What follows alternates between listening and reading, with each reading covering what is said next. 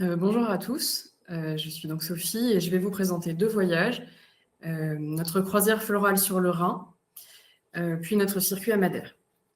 Donc je ne m'attarderai pas beaucoup sur les parties, jardin puisque, nous avons la chance d'avoir la présence d'Alain Baraton qui détaillera bien plus, l'intérêt de chacune de ces villes du point de vue botanique. Donc cette croisière sur le Rhin, vous traverserez 3 pays sur le Rhin, avec un embarquement à Amsterdam, une traversée de l'Allemagne et le débarquement est prévu à Strasbourg en France. C'est la période idéale pour découvrir les fleurs, puisque c'est la période de floraison, la fin avril, lorsque les jardins éclosent. Le voyage a été construit autour de la thématique du jardin européen, avec l'ambition, ou en tout cas le désir de mettre en perspective l'art du jardin dans ces différents pays, à travers les époques, jusqu'à une approche un peu contemporaine de la permaculture dans les forêts nourricières. Peut-être que M. Alain Baraton en parlera plus tard. Au fil de l'eau, vous traverserez des villes emblématiques comme Amsterdam, Cologne, Rudesheim, Mannheim, et enfin Strasbourg, dans un décor de vignobles, de châteaux perchés dans la vallée du Rhin, et à la découverte des villages à colombage. Vous serez à bord du bateau Europe, qui est un bateau que nous avons sélectionné pour sa taille, puisque c'est un bateau qui favorisera le contact entre vous et Monsieur Alain Baraton, qui sera avec vous pendant les excursions, mais également à bord pour présenter des conférences dans les parties communes de ce bateau. Donc vous pouvez voir la réception, le piano-bar, la salle de restaurant et le salon, où vous serez réunis à l'occasion des conférences de ce voyage. Nous vous proposons une croisière dans 3 catégories possibles, le pont principal, le pont intermédiaire et le pont supérieur. Les 3 types de cabines font 13 mètres carrés et disposent de tout le confort attendu pour ce type de croisière et également de très belles fenêtres panoramiques, qui est l'autre intérêt de ce bateau, c'est qu'il propose vraiment une plongée dans la vallée du Rhin avec de très belles fenêtres panoramiques. Je passe la parole à Monsieur Alain Baraton, qui détaillera mieux les visites.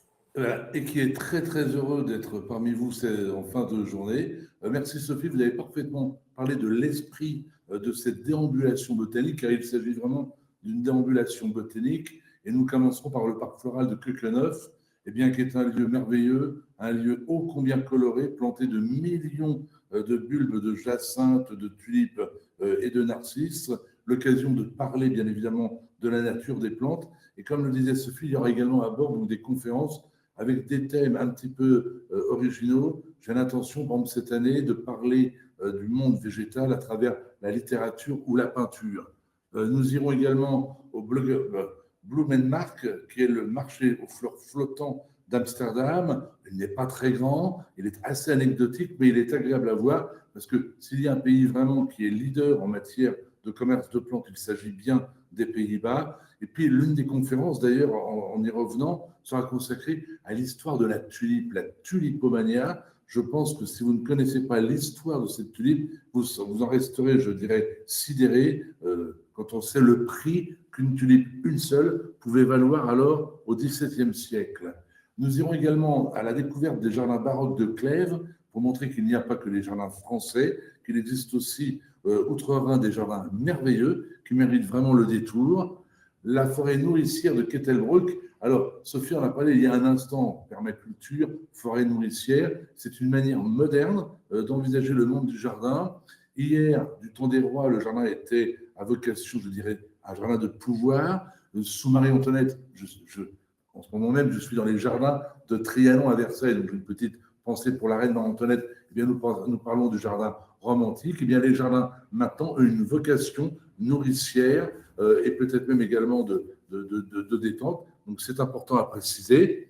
Le jardin botanique et l'orangerie, on aura l'occasion donc de parler des plantes d'orangerie et puis de parler de toutes ces structures qui composent un jardin. Un jardin, ce n'est pas qu'un assemblage de végétaux les uns vis-à-vis des autres, c'est aussi un aménagement d'espace, l'utilisation des pierres, des matériaux, de l'eau dans le jardin très important. On ira dans un endroit étonnant que je ne connaissais pas il y a encore quelques années, que j'ai découvert l'an dernier, que le château de Johannisberg et le Jardin des Roses. On arrive, on est surpris entre l'architecture particulière et puis des roses qui sentent délicieusement bon. Le parc du château de Schwetzingen, je parle mieux botanique que l'allemand, je tiens quand même à le préciser si cela peut vous rassurer. Là encore, qui est un château étonnant, avec surtout un jardin structuré étonnamment. On y voit des alignements, on y voit des parterres, de la symétrie, des perspectives. C'est un jardin qui se veut être un jardin de pouvoir, mais qui mérite vraiment là aussi d'être reconnu. Précision importante, j'ai participé à la sélection des jardins, parce que par exemple, ce parc est pratiquement inconnu en France, alors que vraiment, il mérite le détour. Le jardin botanique de l'université, c'est un jardin qui est juste à côté de l'université à Strasbourg. C'est l'un des plus vieux jardins botaniques d'Europe. Il a du charme. Et là, on voit par exemple la photo de la serre, une serre avec au centre une pièce d'eau. Il y a dans cette serre une ambiance, une atmosphère qui est vraiment très agréable, très romantique. Donc voilà tout ce que on fera, dans ce voyage. Et nous terminerons, je crois, sous réserve, avec le parc de l'Orangerie et le pavillon Joséphine. J'aime rappeler que quand on voit la photo de droite, on y voit un temple de l'amour près d'une rivière anglaise de par la forme. Elle rappelle étrangement un parc que Joséphine connaissait bien aussi à Versailles, le domaine de Marie-Antoinette, avec là aussi un temple de l'amour et une rivière anglaise. Donc c'est vraiment un voyage botanique de jardin et l'occasion aussi de raconter à travers l'histoire de jardin, l'histoire d'un pays. Merci beaucoup. Nous vous proposons aussi cette année, du 5 au 11 mai 2026, de découvrir avec nous Madère à l'occasion de la Fête des Fleurs, donc qui est une célébration très importante sur l'île. Ce voyage au départ et au retour de Funchal nous plonge dans une île subtropicale où la nature est spectaculaire.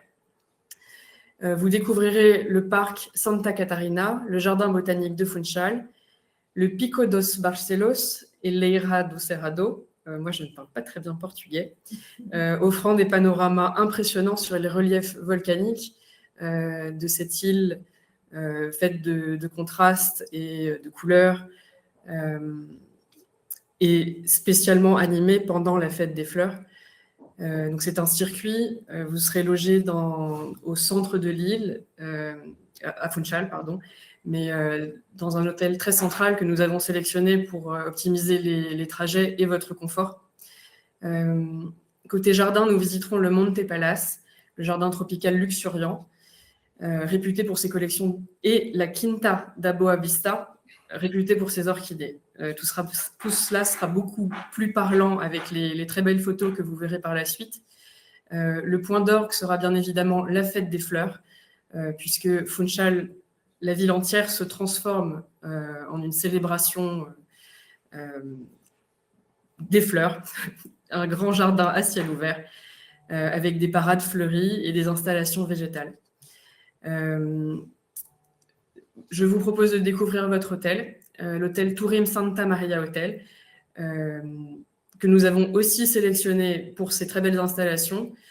Vous pouvez voir une belle piscine au dernier étage de l'hôtel, ainsi que les chambres que nous vous proposerons. Alors, mon allemand est mauvais, mon portugais est encore davantage, donc je vous prie de m'en excuser. Mais donc cette promenade à Madère sera l'occasion de découvrir là aussi des jardins qui bénéficient d'un climat exceptionnel. Le climat de Madère est très particulier. On ne sait jamais s'il va faire beau ou s'il va pleuvoir, mais en fait, il fait toujours beau. Une atmosphère très particulière. Et le parc Santa Catarina est un jardin qui là, mérite vraiment également qu'on le découvre. Le jardin botanique de Funchal est là, un jardin, je crois, connu de tous, de par les nombreuses photos que l'on voit de lui sur tous les réseaux sociaux et sur quantité de sites Internet. C'est le pays de la fleur, Madère. Donc, on l'utilise de manière absolument incroyable. Et il est vrai que ces jardins d'une structure très géométrique quand on les découvre, surtout pour la première fois, on est assez admiratif. On est même d'ailleurs si admiratif que tant qu'on ne s'est pas approché pour vérifier qu'il s'agit bien de fleurs, on a un doute sur la composition des parterres. L'Hérault de Cerrado, là aussi, c'est un paysage à couper le souffle et surtout une flore naturelle incroyable. Il y a de temps en temps des végétaux qui poussent de manière étonnante. Là, par contre, le petit guide qui est d'identification ne me quittera pas parce que parfois, on tombe sur des plantes particulièrement rares et particulièrement belles. Les piscines naturelles volcaniques permettront à ceux qui sont courageux de pouvoir se baigner en pleine nature. Là, il n'y a pas beaucoup de végétaux, même si eh bien, toutes ces eaux qui sont contenues à travers les rochers peuvent de temps en temps permettre le développement de plantes sauvages assez étonnantes. Le jardin tropical de Monte Palace, c'est très simple. Ceux qui sont de ma génération se rappellent peut-être de Bob Moran. Bob Moran était un héros qui se battait souvent dans la jungle. Eh bien, Monte Palace, c'est la jungle de Bob Moran. On est ailleurs, on découvre des plantes incroyables, des palmiers étonnants, des fleurs que l'on n'a jamais vues. Il y a un petit côté japonisant, extraterrestre. C'est quelque chose d'absolument extraordinaire.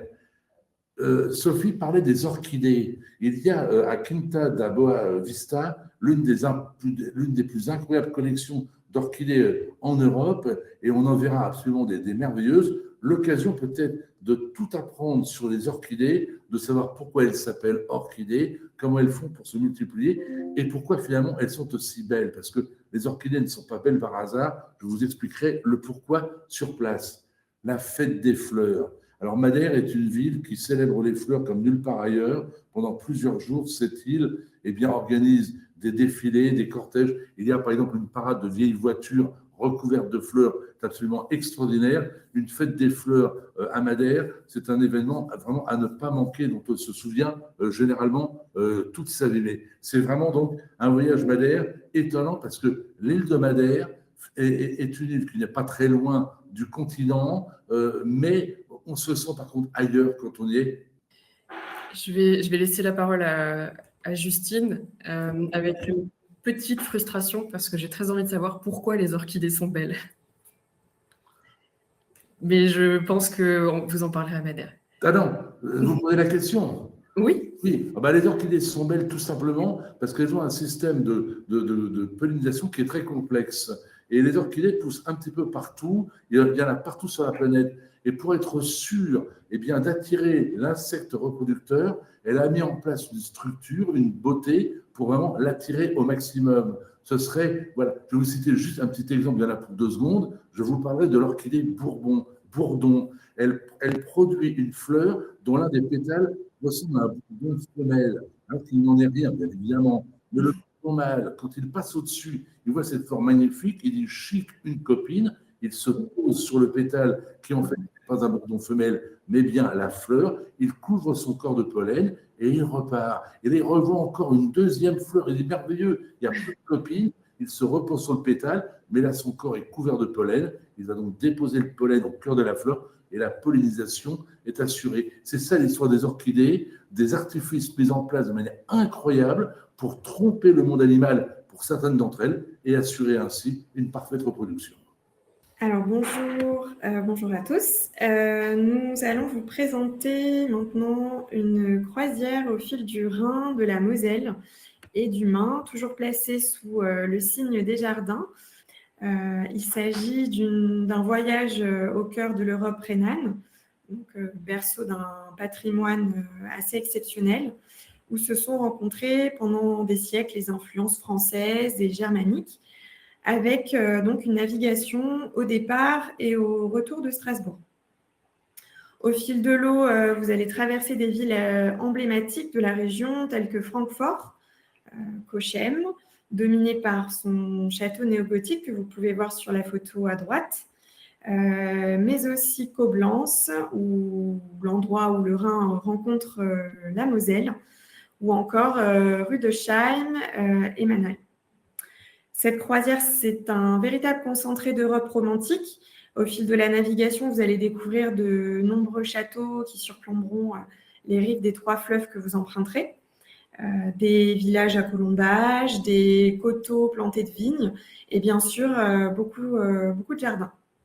C'est une croisière qui est aussi particulièrement agréable à cette période de l'année, donc au mois de juin où les jardins sont en pleine floraison, donc c'est vraiment le moment idéal pour vivre pleinement cette thématique autour des jardins. Au niveau du bateau, vous naviguerez à bord du Gérard Schmitter, qui est un navire 5 ancres, réputé pour son confort et la qualité de son service. Comme vous pouvez le voir, c'est un bateau à taille humaine, puisqu'il mesure 110 mètres de long et un bateau qui peut accueillir jusqu'à 174 passagers grâce à ses 87 cabines réparties sur 3 ponts. Au niveau des espaces communs, ce sont des espaces qui sont essentiellement pensés pour la détente. Vous trouverez à bord un restaurant panoramique où seront servis tous les repas avec une très belle vue sur les rives. Également un espace salon-bar très lumineux à l'avant du bateau et un pont soleil aménagé de transat pour profiter de la vue, admirer les vignobles, les châteaux et les villages qui défileront. Sur ce navire, nous vous proposons 3 types de cabines qui sont toutes d'une surface de 13 mètres carrés, équipées de lits doubles ou jumeaux, d'une salle d'eau avec douche et tout le confort, donc télévision, sèche-cheveux, coffre-fort, radio. Les différents types de cabines se distinguent principalement par le type de vue, donc de fenêtre qu'elles offrent. Une fenêtre haute pour le pont principal, une fenêtre haute coulissante pour le pont intermédiaire et au niveau de la cabine supérieure, ce sera une grande fenêtre coulissante panoramique pour une immersion encore plus directe dans les paysages rhénans et puis pour profiter pleinement du voyage.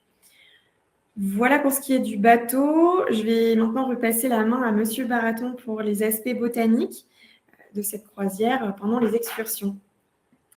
Avec, pour débuter, le jardin botanique de l'université, j'en ai parlé il n'y a pas très longtemps, un jardin de dimension modeste qui mérite vraiment donc d'être connu. Et je le rappelle, c'est l'un des plus vieux jardins botaniques d'Europe. Vraiment, il mérite d'être vu. Le Palmen Carten, là encore, c'est une propriété d'une personnalité de la région avec une serre qui mérite vraiment, là encore, d'être vue, car cette serre est ancienne, mais elle est envahie de plantes de belles dimensions. Il y a une émotion quand on y pénètre, il y a une atmosphère, il y a une humidité, il y a même des bruits qui font que, là encore, on profite vraiment d'un lieu d'exception. À noter le petit jardin, qui n'est pas très grand, mais qui aussi mérite la promenade. Le jardin botanique de l'université Goethe, qui permet de voir ces nénuphars géants. Une légende prétend qu'un enfant pourrait marcher dessus. Nous ne tentons pas l'expérience. Et j'en profite pour rappeler que la promenade des jardins, ce n'est pas une compétition sportive, c'est un moment de contemplation. On n'y va pas pour marcher éternellement. Ceux qui ont des petits soucis de déplacement profitent des bancs ou des chaises que l'on trouve systématiquement, parce que c'est vraiment des moments de bien-être et de respiration. C'est important à préciser. Le jardin des papillons du château de Seine. Le château en tant que tel n'est pas extraordinaire. Et cette serre à papillons, c'est simplement une plongée dans notre enfance. On se rappelle quand on était gamin, ou du moins certains, nous poursuivions avec des filets les papillons dans le but de les attraper. C'était stupide, mais c'était comme ça à l'époque. Et bien là, c'est une plongée, tout simplement, un petit peu dans notre enfance. Quand on se déplace avec ce bateau, on a des paysages sublimes. Et je peux vous assurer que quand on voit cette forteresse, dont je me garderai de prononcer le nom, eh bien, depuis le bateau, c'est absolument sublimissime. L'occasion, là encore, de sortir. Coblence est une ville très agréable pour la promenade. C'est pas une ville très réputée pour les jardins, il y a quelques grandes esplanades, mais la ville en tant que telle mérite vraiment d'être visitée. C'est un endroit où, effectivement, il y a les deux fleuves qui se rejoignent. C'est assez étonnant à voir.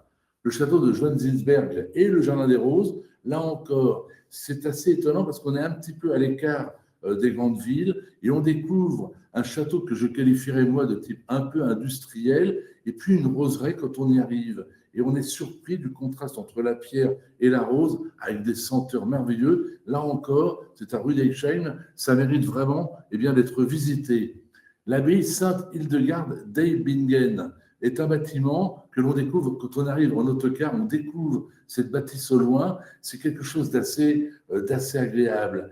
Elle est belle, elle n'est pas ostentatoire. Il y a là encore une émotion. On y parlera entre autres plantes médicinales. C'est un lieu vraiment qui est très intéressant pour tous ceux qui s'intéressent au jardin. Le Luisenbach, alors d'un côté, il y a une tour moderne, d'un autre côté, il y a une pagode d'inspiration asiatique. Où est-on vraiment? On ne le sait pas. Ce que l'on sait, c'est que l'endroit est très agréable à vivre. On découvre des végétaux que l'on n'a pas l'habitude de voir. Et là encore, c'est une ambiance. Et c'est l'intérêt, je crois, du jardin. On quitte un bateau, on traverse un pays, une région, et on rentre dans un lieu qui nous fait presque oublier l'endroit où nous sommes vraiment. Le parc du château de Schwetzingen, j'en reparle à nouveau, mais ce jardin est quand même très curieux. Pour certains, il serait peut-être un petit peu kitsch, et vous verrez que quand on est sur place, c'est étonnant, parce qu'on voit des alignements de plantes, on voit des buis qui ne souffrent pas pour le moment de la maladie, et j'en suis très heureux. Donc là aussi, c'est un château qui mérite d'être connu et qui est pratiquement inconnu pour nous autres Français. Et tout à l'heure, j'en ai parlé de ce parc de l'Orangerie et le pavillon Joséphine, tous les deux dans un parfait état de conservation, des lieux vraiment qui justifient pleinement que l'on puisse vouloir les visiter. Merci beaucoup, Monsieur Baraton.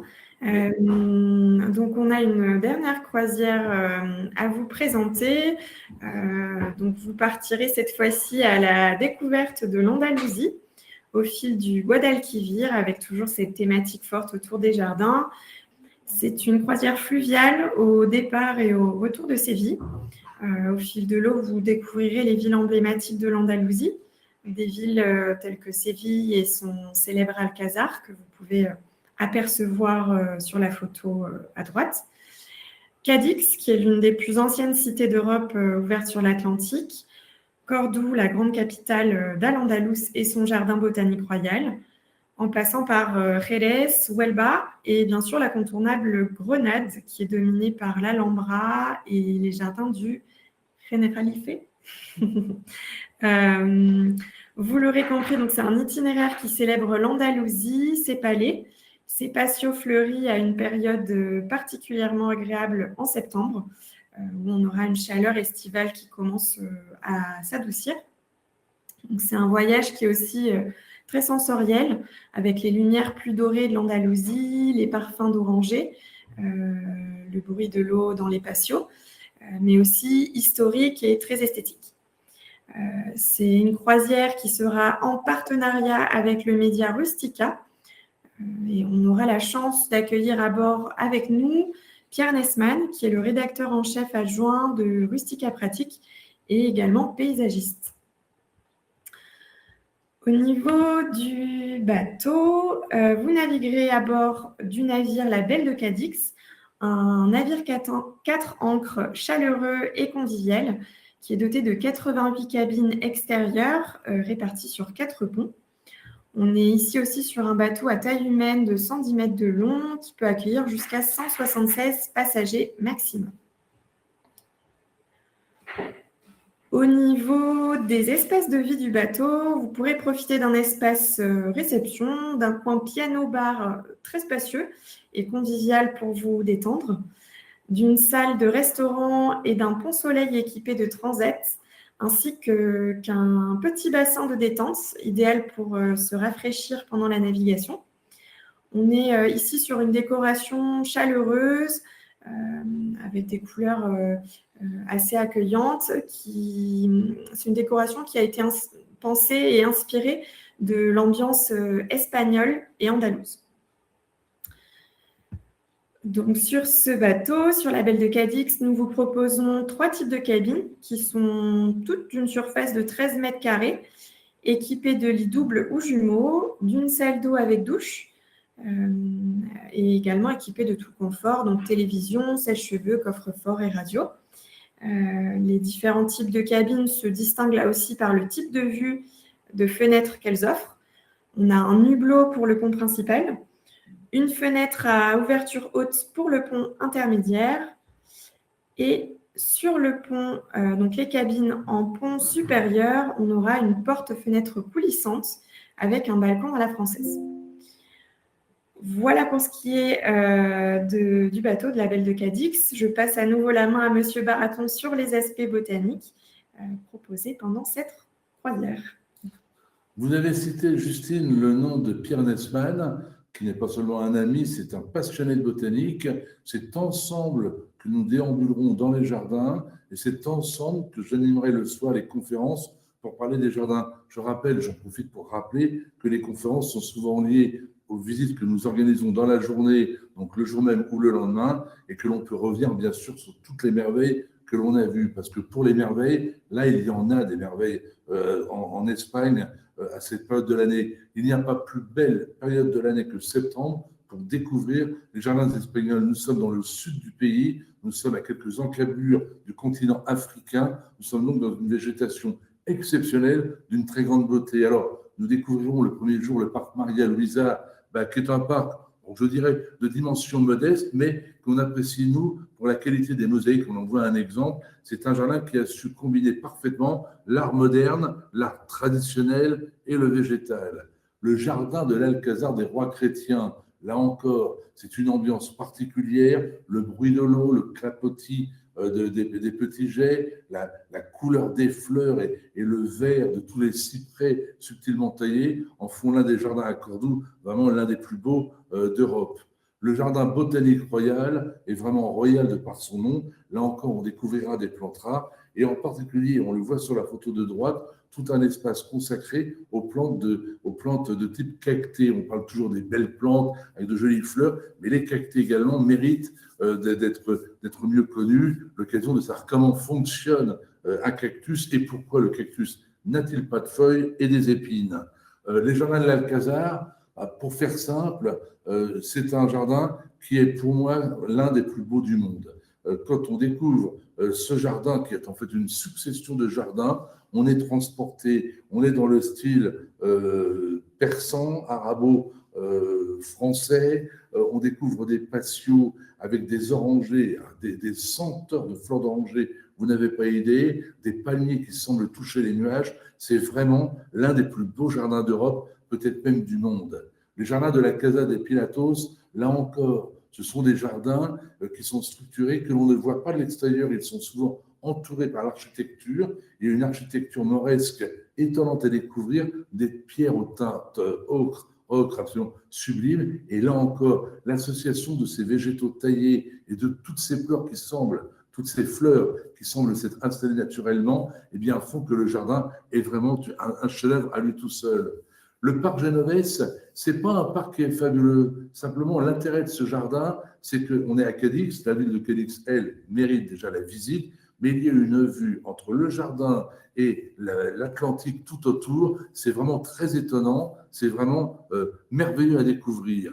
Le parc botanique Celestino Mutis, du nom d'un grand botaniste du 18e, je crois, là aussi, ça mérite vraiment le détour. Et l'avantage des parcs botaniques, c'est que les plantes sont souvent indiquées. Alors je dis l'avantage pour moi, c'est que ça m'évite parfois d'hésiter avant de donner un nom. Généralement, il est indiqué, mais ça vous permet aussi à vous de parfaire vos connaissances dans la botanique. Et les jardins du Généralif de l'Alhambra, là, il n'y a aucun doute, ils font partie des 4 ou 5 plus beaux jardins au monde. Ce sont des jardins sublimissimes. Je crois que quand on a découvert ces jardins pour la première fois, on n'a qu'une envie et une seule, c'est s'y retourner.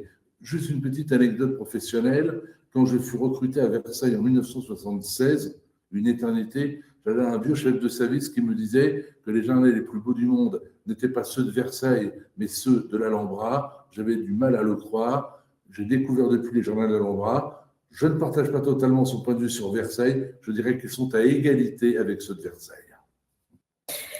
Merci beaucoup. Merci, Monsieur Baraton. Merci, Justine et Sophie, pour toutes ces très, très belles précisions et ces beaux voyages.